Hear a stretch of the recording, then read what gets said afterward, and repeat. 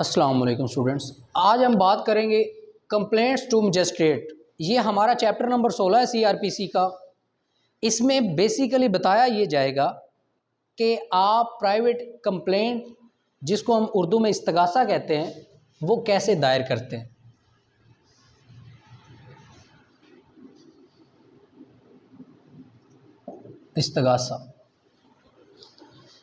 इस्तगासा कैसे दायर किया जाता है, इस्तगासे में प्रोसेस क्या होगा, इस्तगासे पर मजिस्ट्रेट क्या क्या कार्रवाई करेगा और किस तरह वो शहादतें रिकॉर्ड करेगा, किस तरह फ़ैसला देगा, इसको अब 1 बाय 1 करके पढ़ते हैं। ये सेक्शन बेसिकली 3 है, 3 के 5 बन जाते हैं क्योंकि 2 सब सेक्शन ऐड हो जाते हैं।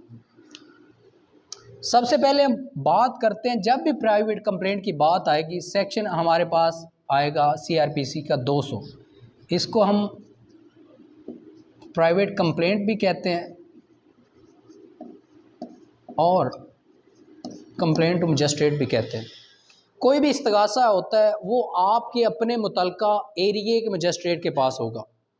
ठीक है, एक चीज़ याद आ गई, यानी इस वक्त हम गार्डन टाउन में बैठे हुए हैं, तो अगर हमने इस एरिए का कोई इस्तगासा दायर करना है तो जो गार्डन टाउन थाने को मजिस्ट्रेट डील करता होगा ना, उस मजिस्ट्रेट के पास हम इस्तगासा लेके जाएंगे।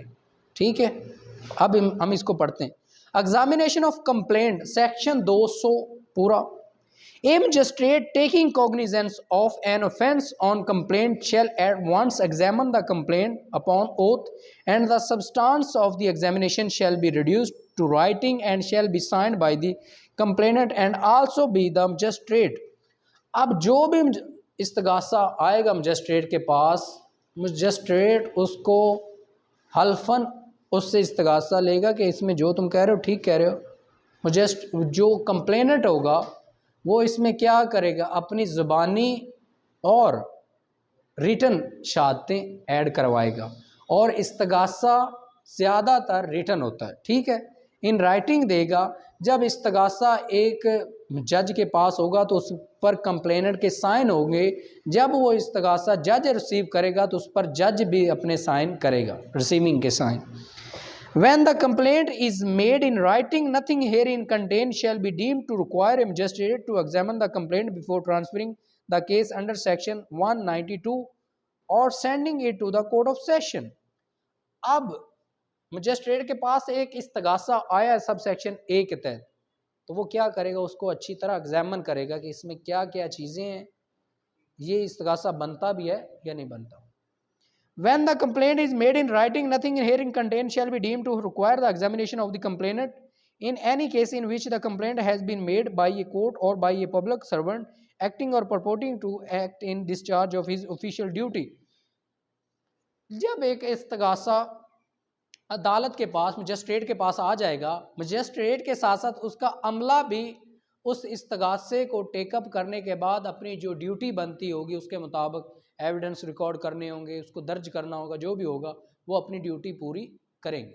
ठीक है, when the case has been transfer under section 192, अब 192 के तहत केस ट्रांसफर होता है सीआरपीसी के तहत, and the magistrate so transferring it has already examine the complainant, magistrate to whom it is so transferred shall not be bound to re-examine the complaint।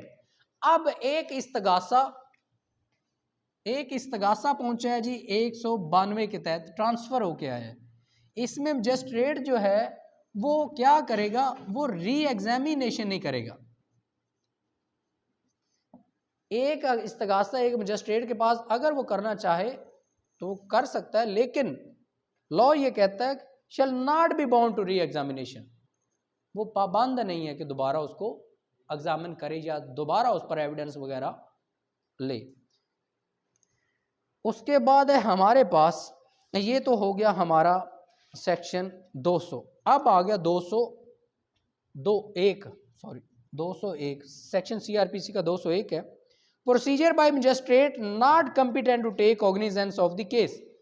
एक magistrate के पास एक इस्तगासा है, क्या है वो, कंपिटेंट ही नहीं है, नॉट कंपिटेंट।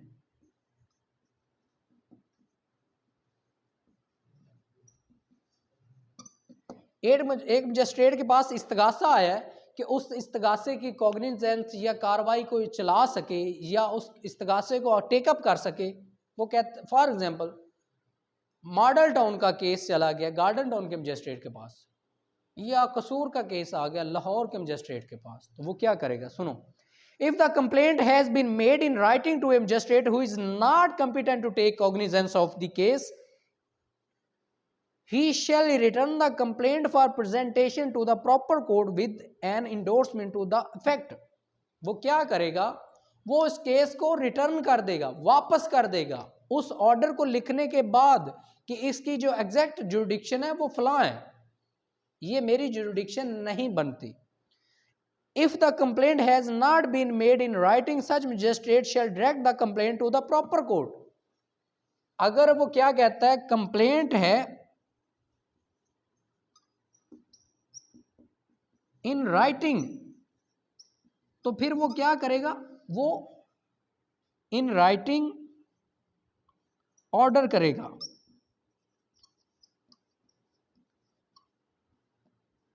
अगर कंप्लेन है ऑरल और वर्बल, अगर कंप्लेन वर्बल है तो वो क्या करेगा? डायरेक्शन देगा, वो उसको कहेगा फलां की तरफ ले जाओ, रिटर्न ऑर्डर नहीं उस पर करेगा, क्योंकि उसके पास कुछ रिटर्न आए तो उस पर रिटर्न ऑर्डर करे। अगर उसके पास एक वर्बली इस्तगासा आ गया तो वर्बली इस्तगासे को मजिस्ट्रेट क्या करेगा? उसको कहेगा भाई ये मेरी जुरिडिक्शन नहीं बनती, इसको फलां मजिस्ट्रेट के पास ले जाओ, ठीक है। उसके बाद है जी हमारे पास section 200, postponement of issue of process.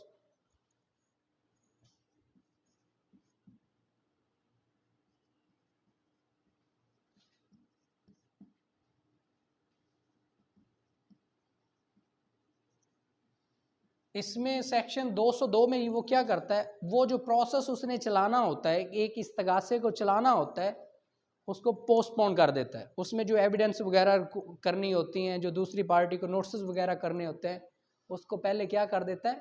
Postpone कर देता है, रोक देता है। क्यों रोकता है वो पढ़ते हैं। Any court on receipt of a complaint of an offence of which is authorised to take cognizance or which has been sent to it under section 190 subsection 3 or transfer it to under section 191 or subsection or section 192, it if it thinks fit for reason to be recorded postpone the issue of process for compelling the attendance of the person complained against and either inquire into the case itself or direct an inquiry or investigation to be made by any justice of the peace or by a police officer or by such officer person as it thinks fit for the purpose of ascertaining the truth or falsehood of the complainant। अब basically वो process postpone क्यों करता है? Process कौन सा है जी? Appearance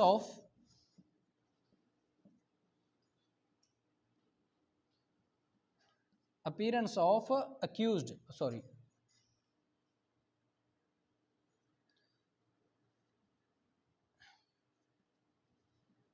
एक बंदे के खिलाफ इस्तगासा आया है। अब इस्तगासे में क्या होता है कि दूसरी पार्टी को बुलाया जाता है कि भाई फलां बंदा आपके खिलाफ इस्तगासा लेके आए अदालत। सेक्शन 200 के तहत जज क्या करेगा, मजिस्ट्रेट क्या करेगा, उसको इन लोगों को अक्यूज्ड को बुलाने से क्या कर देगा? पोस्टपोन कर देगा, रोक देगा एक दफ़ा। पहले क्या करेगा? उस इस्तगासे के खुद छानबीन करेगा, इंक्वायरी करेगा कि आया ये इस्तगासा उनके खिलाफ मेंटेनेबल भी है या नहीं है, ये इस्तगासा बनता भी है या नहीं है। पहले उसमें इंक्वायरी करेगा, इंक्वायरी करने के बाद अगर उसको लगता हुआ कि इनको बुलाना है तो फिर बुलाएगा। पहले क्या कर देगा? वो प्रोसेस को पोस्टपोन कर देगा। फर्दर पढ़ते हैं।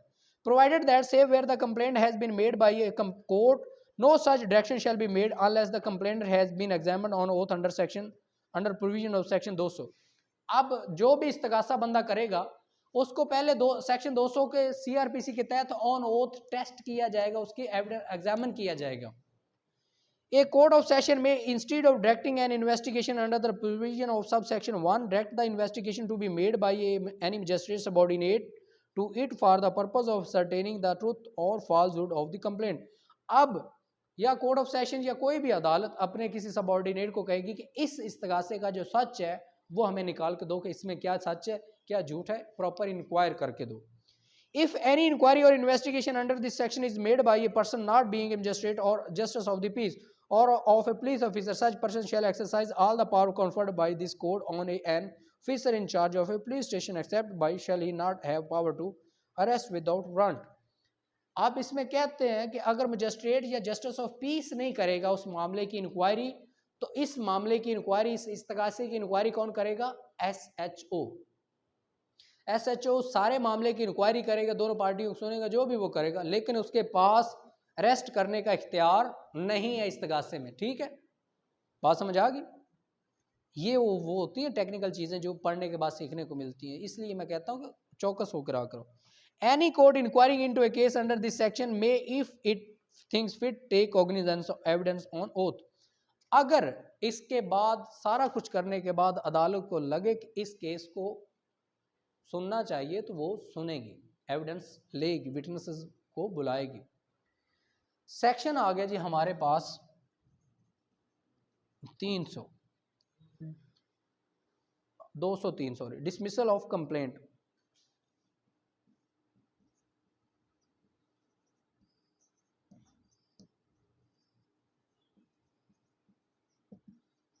Dismissal of complaint. The court before whom a complaint is made or to whom it has been transferred or sent may dismiss the complaint if, after considering the statement on oath, if any of the complainant and the result of the investigation or inquiry, if any, under section 202, there is in his judgment no sufficient ground for proceeding in such cases, he shall briefly record his reason for so doing। अब एक इस्तगासा section 200 के तहत आया एक magistrate के पास, वो उसमें सारी उसके जो कंप्लेनेंट होता है, जो मुस्तगीस होता है या जिसको आप मुद्दई कहते हैं, वो उससे सारी एग्जामिनेशन ऑन ओथ चीज़ें लेता है कि इसमें बताओ सच क्या क्या है, वो जो जो आपने चीज़ें लिखी हैं उसको एग्जामिन, कंप्लेंट को एग्जामिन करने के बाद चला जाता है जी 201 में ना। अब 201 में क्या होता है, इसमें देखता ये है कि मेरी जुरिडिक्शन बनती है या नहीं बनती। अगर बनती है तो कैसे बनती है, अगर नहीं बनती तो वो उसको रिटर्न कर देगा, अगर राइटिंग में होगा तो राइटिंग में ऑर्डर करेगा, अगर वो वर्बल होगी तो उसको डायरेक्शन कर देगा, भाई मेरी नहीं बनती किसी और के पास ले जाओ। अब 200 के तहत वो क्या करेगा, एक इस्तगासा आया, उसने प्रोसेस को रोक दिया, यानी दूसरी पार्टी को बुलाने से अभी रोक दिया कि मैं अभी दूसरी पार्टी को नहीं बुलाता, पहले मैं अपने ऑफिसर्स के ज़रिए इस केस को इंक्वायर कर लूँ, इसकी प्रॉपर इंक्वायरी करूँ, इन्वेस्टिगेशन करूँ कि आया इस्तगासा मेंटेनेबल भी है या नहीं है। अगर मेंटेनेबल हुआ तो फिर अक्यूज्ड की अपीयरेंस को वो ज़रूरी समझेगा। अब इसके तहत सेक्शन 302 और 203 के तहत वो मजिस्ट्रेट करेगा क्या, अगर उसको सारी इंक्वायरी, सारी इन्वेस्टिगेशन करने के बाद ये लगेगा कि ये इस्तगासा जो है मेंटेनेबल नहीं है, मुस्तगीस को भी ऑन ओथ हल्फन तौर पर जज करने के बाद भी उसको लगेगा कि ये बस एवं ही है, ये बनता ही नहीं है, तो वो मजिस्ट्रेट क्या करेगा, इस्तगासे को खारिज कर देगा। ठीक है, ये था हमारा चैप्टर नंबर 3। इसके बाद इसी के साथ जुड़ा हुआ है चैप्टर 3 कह रहा हूँ, इसी की सेक्शन है जी 300A। A complaint in case of zina, no court shall take cognizance of an offence under section 5 of the offence of zina। अब जो जना के तहत कोई केस होगा उसकी कोई भी मजिस्ट्रेट जो है कॉग्निजेंस नहीं ले सकता। क्यों नहीं ले सकता?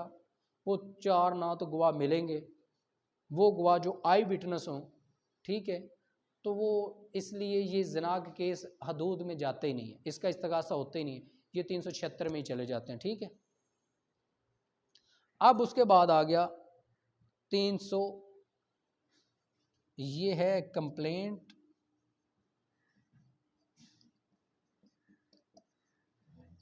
इन जना। 300B ये है कंप्लेंट इन कज़फ में कंप्लेंट, इसका भी वही है, कज़फ का भी केसेस हदूद के तहत होते हैं, कज़फ बेसिकली क्या है, अगर इसको उर्फ़ आम में हम देखा जाए तो डेफामेशन। डेफामेशन कहाँ पे है? पीपीसी का सेक्शन 499 पढ़े, यानी सेक्शन 499 डेफामेशन, इसको कहते हैं हत्के इज़्ज़त, कज़फ। पीपीसी के तहत ये डेफामेशन है, हदूद लॉ के तहत ये है कज़फ, तो बोतान लगाना, किसी की इज़्ज़त इंसल्ट करना या मुआशरे में उसको ज़लील और रुसवा करना, ये इसमें चला जाता है। तो वो ये भी हदूद के तहत ही होगा। अब आ गया जी हमारे पास चैप्टर है जी 17।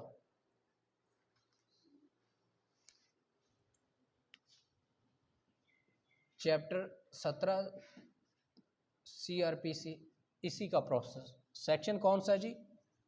204। ये issue of process.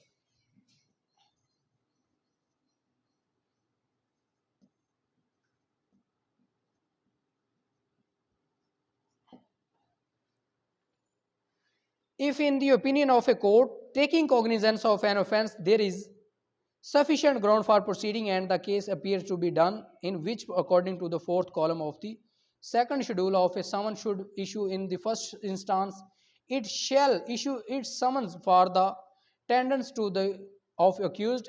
If the case appears to be one in which according to the column a warrant should be issued in the first instance, it may issue a warrant, or it if it thinks fit a summons for causing the accused to be brought or to appear a certain time before such court, or thinks if it has not jurisdiction itself some other court having jurisdiction.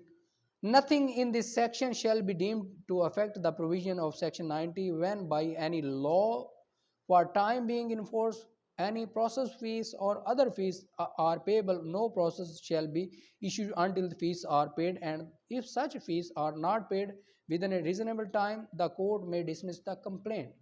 अब section 204 के तहत उसी इस्तगासे के chapter को आगे बढ़ाया गया। इसके तहत 2 सेक्शन का ये चैप्टर है।